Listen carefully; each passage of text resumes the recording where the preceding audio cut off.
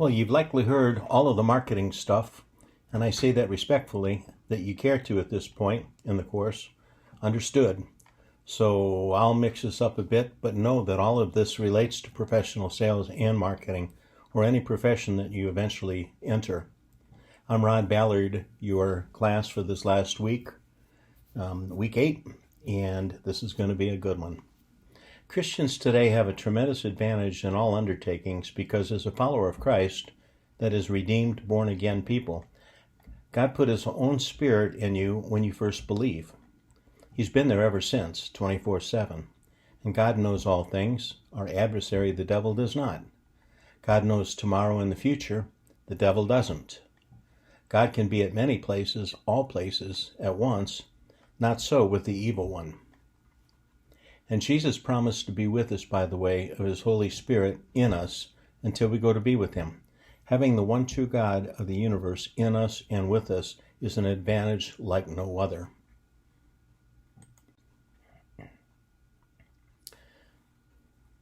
No doubt you know your way around Blackboard well enough to find your assignments this week. Still, I'll go ahead and review them here. You'll read chapter 18, and like past weeks, your assignments will correlate to this chapter reading. Look at the slide deck that someone put a lot of thought into. A lot to learn there. You have a Smart Book review due Wednesday, and the weekly quiz covering chapter 18 is on due Wednesday as well. Then read number 5 of the Purpose-Driven Life and complete the lessons learned paper, also due on Wednesday. And finally, the critical assignment, a very important part of the course. Read the instructions carefully. You'll be explaining in a PowerPoint presentation your experience with the backpack simulation exercise.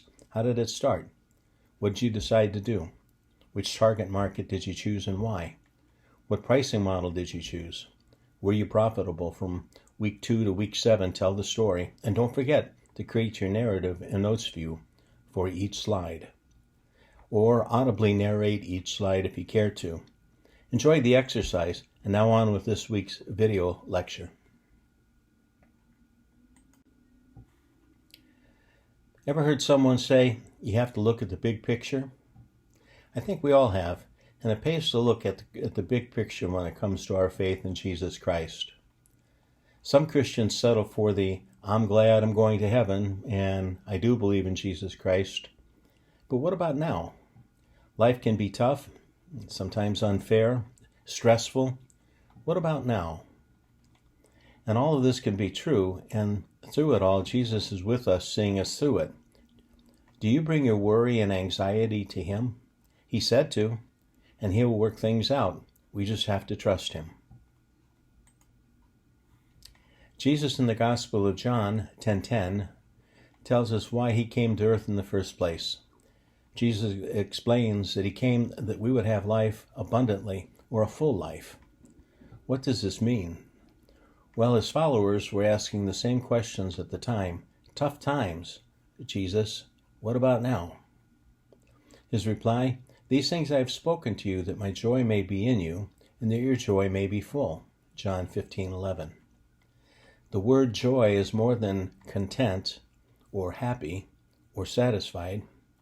Can you recall a time when your joy was full, overflowing, happiness beyond measure, just as good as it gets?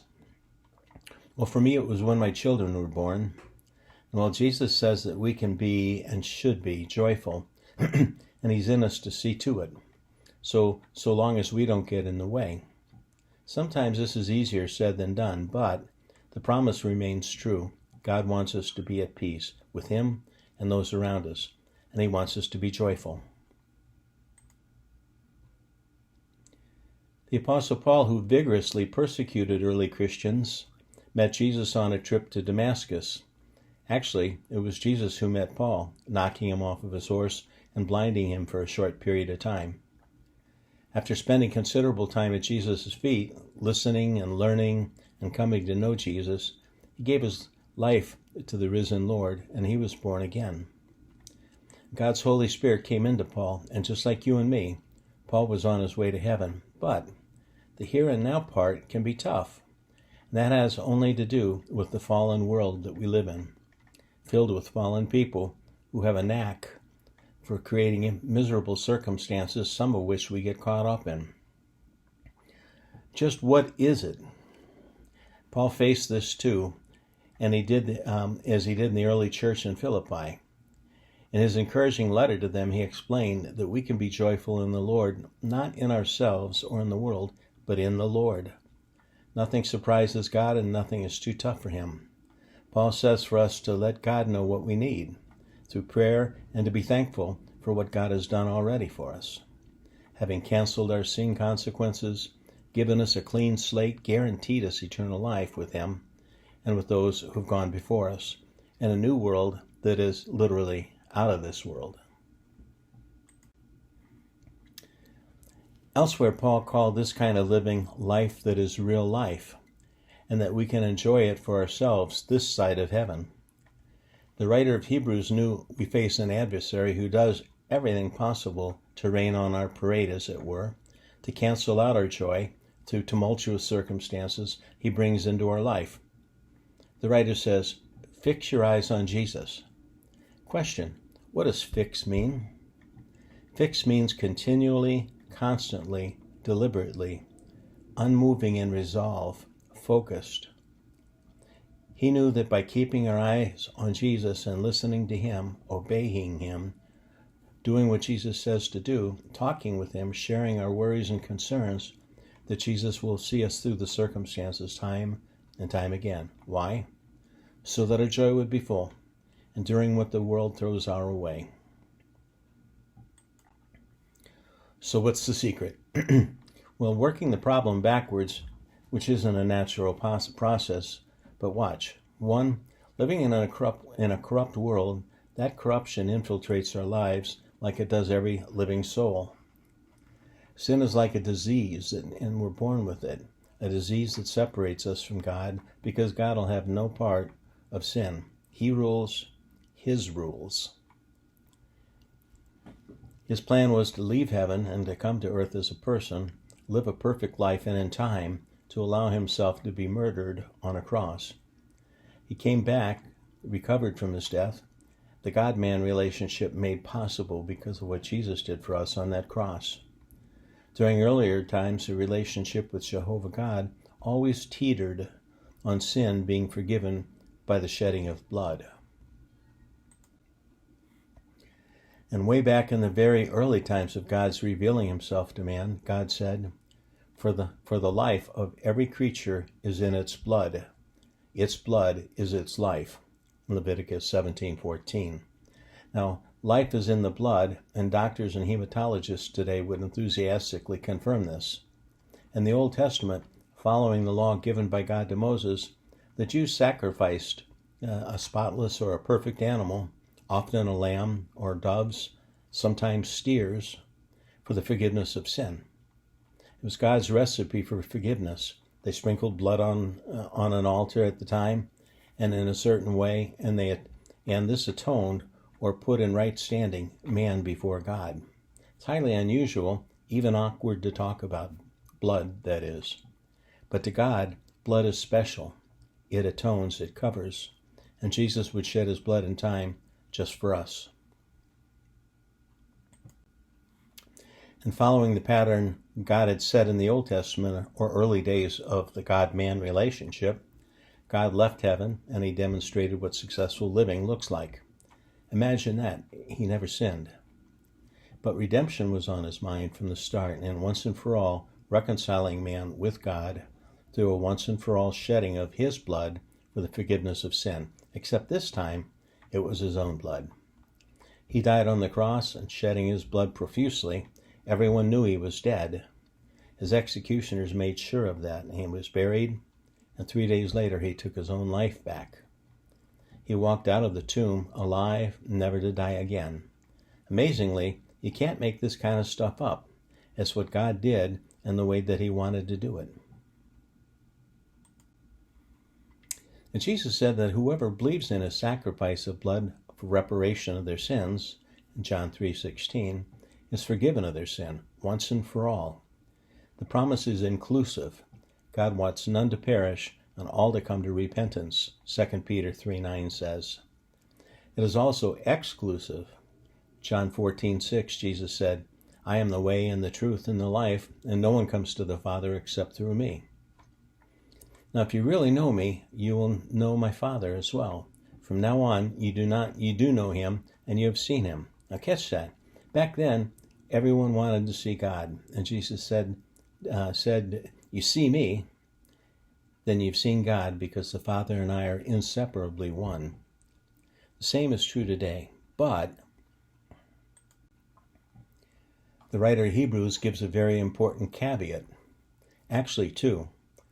A person must believe that God exists in the first place, that he is who he says he is, and do this in faith. My decision. I will believe in God. I do believe in God. So our faith in him, enduring faith in him, is needed, and he rewards those who diligently seek him. What does that mean? Well, we have to seek him. Remember that seek and you shall find story that Jesus told? And the reward? We find him. He reveals himself to us. And not everybody does, and in fact, most people don't. So here's the so what factor. We didn't ask to be born. We just showed up one day, right? Soon we were aware of ourselves and our surroundings and things around us, and we were born not knowing God, separated from God. We had the sin disease that we were born with, sin. It just comes naturally to people. We don't have to work hard at it. Dead to God, separated. Jesus explained by word picture that there were two paths that leads to two doors. Eternity waits on either side of them.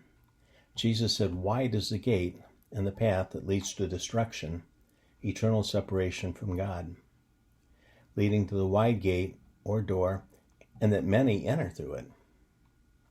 How could we not? We were born on the wide path in the first place, separated from God and not knowing any better.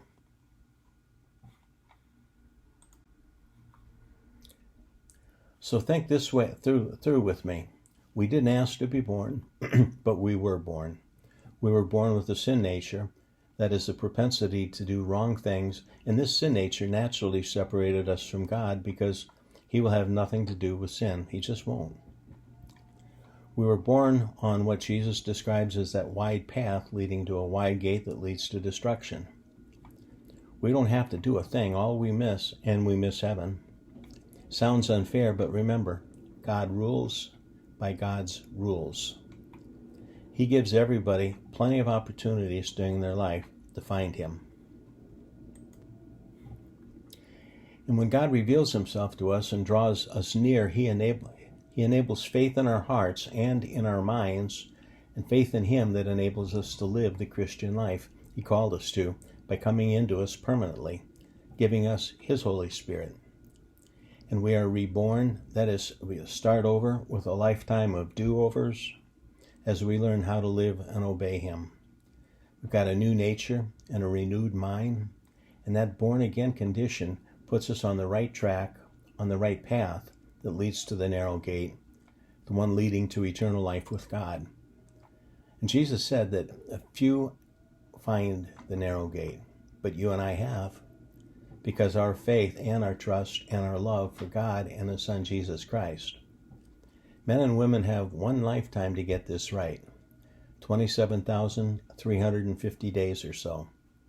Of all things to get right in one's life, finding new life in Christ is the most important thing that we can do. So, back to a good way to look at our life here and now. We've been saved from something, namely eternal separation from God, and saved for something, an eternal life with God that begins right now, this side of heaven. We practice godliness day by day, circumstance by circumstance, and we give our worry and our concern to God as we focus on his goodness, his promises, what he's done for us, knowing that we are no longer separated from him, and he doesn't even see our sin nature anymore. It's gone. The very worst that could happen to us is we die seemingly prematurely or when we're older. Except we don't really die. We take our last breath here, and we take our first breath with God in heaven. back to back, last gasp, suddenly with God and Jesus, and believing born-again people who've gone before us. Since this is certain, we can count on it. We spend the rest of our lives on earth learning how to live godly lives.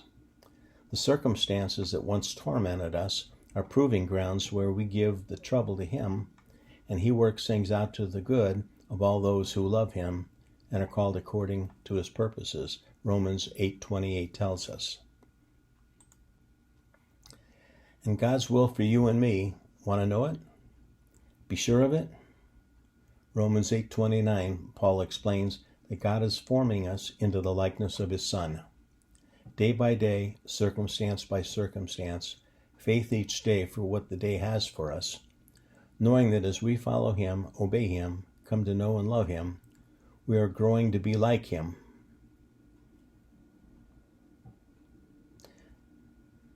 This is the good news, the gospel, and the truth about God and man.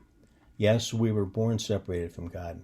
God came and made a way for us to be reconciled to Himself, forgiving our sins once and for all. We were born a second time, this time spiritually, where once we were dead to God, now we have His Spirit in us, and we are at peace with God and alive to Him every day. With this comes peace and joy, assurance, happiness, patience, kindness, generosity, all of the fruit of the Spirit that we read about in Galatians 5:22. And now the slide you've been waiting for, drum roll. I'm just kidding. If you don't know Jesus Christ and have not been born again, grab a friend who you know is a Christian, that one who has been telling you lately about Jesus, and go see a local Christian pastor. Greg Laurie comes to mind, or Rick Warren, and many others, and simply tell him, I want to know Jesus Christ. Please lead me to Him. You win, and the most important thing in life, in your life, will be settled. Father, I ask that you help us understand this message by your amazing grace toward us, you making a way for us to know you and your Son, Jesus Christ. For we know you, add to our confidence the everlasting assurance that comes through faith in Christ. To those who have yet to know you, draw them nearer, create a desire in them to know you, and make way for them to be saved. I know this is your will, and I pray this in Jesus' name. Amen. God bless you, students. It's been a real privilege serving you this term.